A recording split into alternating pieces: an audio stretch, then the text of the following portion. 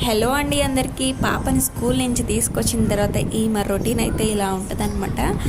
కొత్తగా కొన్నాము ఈ టెడ్డీ బేర్తో, బాగా ఆడేస్తుంది అనమాట.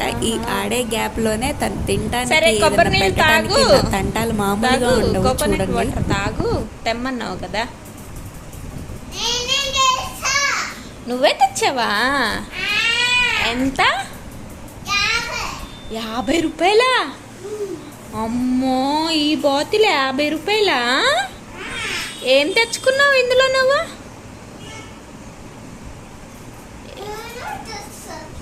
కొబ్బరి నీళ్ళు.